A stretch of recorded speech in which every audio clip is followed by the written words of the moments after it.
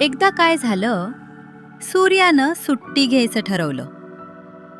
एके दिवशी सूर्य म्हणाला, मी रोज रोज उगवतो, मला पण थोडी सुट्टी हवी.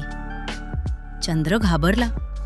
अरे, तू नाही आलास तर दिवस कसा होणार? तेवढ्यात पृथ्वी आली, गोल गोल फिरत. अरे काही टेन्शन नाही, मी आहे ना. सूर्य, कसं काय? पृथ्वी हसली. मी स्वतःभोवती फिरते. जिथे मी तुझ्याकडे बघते तिथे दिवस, आणि जिथे मी वळते तिथे रात्र. चंद्र म्हणाला, म्हणजे तूच सगळा गेम खेळतेस? पृथ्वी, हो, आणि 24 तासात एक फेरी पूर्ण.